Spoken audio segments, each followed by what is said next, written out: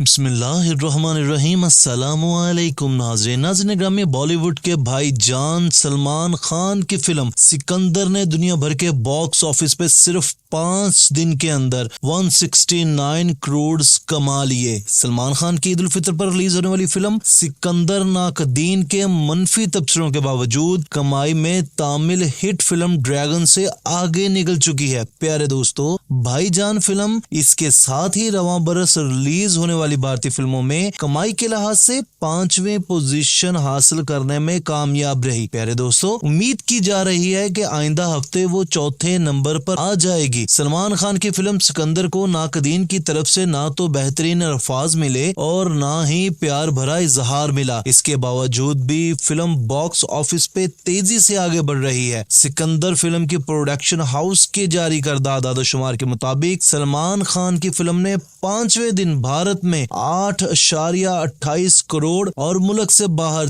3 करोड़ का बिजनेस कर चुकी है। प्यारे दोस्तों, उम्मीद करता हूं कि आज की ये इन्फॉर्मेशन आप लोगों को बहुत अच्छी लगी होगी। अगर हमारी आज की इन्फॉर्मेशन आप लोगों को अच्छी लगे तो हमारी वीडियो को लाइक, चैनल को सब्सक्राइब और वीडियो को शेयर जरूर कीजिएगा। अल्लाह हाफिज।